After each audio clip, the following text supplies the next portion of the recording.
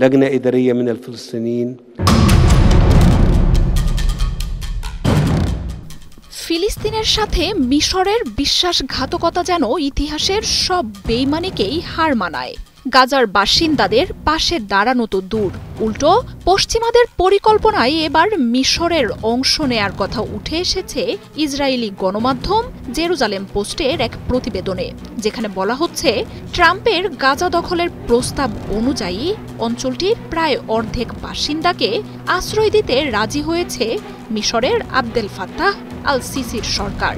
যুক্তরাষ্ট্র আর ইসরায়েলের মিত্র এই মুসলিম পরাশক্তির এমন সিদ্ধান্ত যেন ক্ষেপণাস্ত্রের চেয়েও বড় আঘাত হয়ে এসেছে ফিলিস্তিনবাসীর জন্য।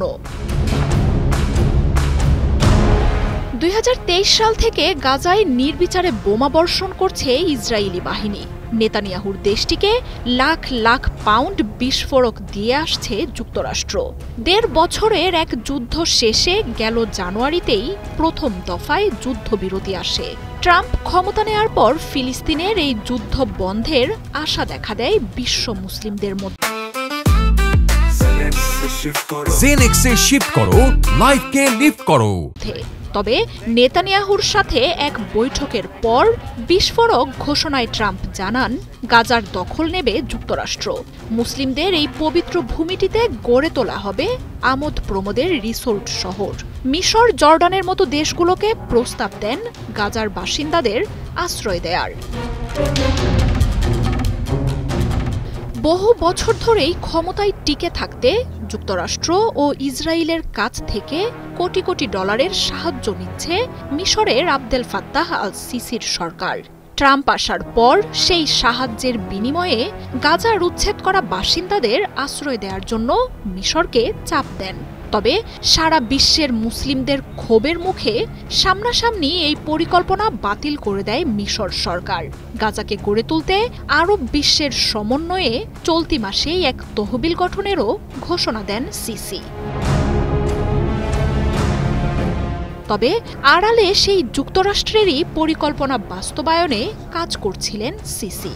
অস্থায়ীভাবে গাজার বাস্তুচ্যুত প্রায় 1/3 বাসিন্দাকে আশ্রয় দেওয়ার প্রস্তাব দিয়েছে মিশর সরকার।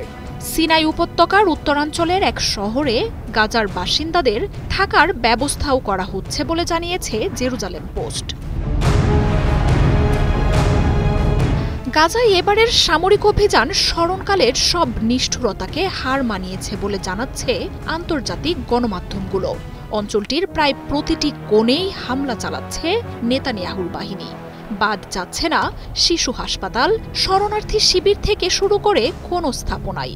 আর এসব হামলার একটাই উদ্দেশ্য, গাজার সবকিছু মাটির সাথে মিশিয়ে দেয়া, অঞ্চলটিকে এমনভাবে ধ্বংস করা যেন আর কখনোই সেখানে বাসিন্দারা ফেরত আসতে না পারে।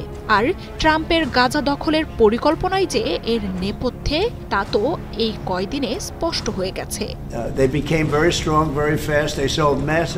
শক্তিশালী আরব দেশগুলোর অবশ্য যুক্তরাষ্ট্র ও ইসরায়েলের এমন হামলা আর আক্রমণের মধ্যে বরাবরের মতোই চুপ করে আছে।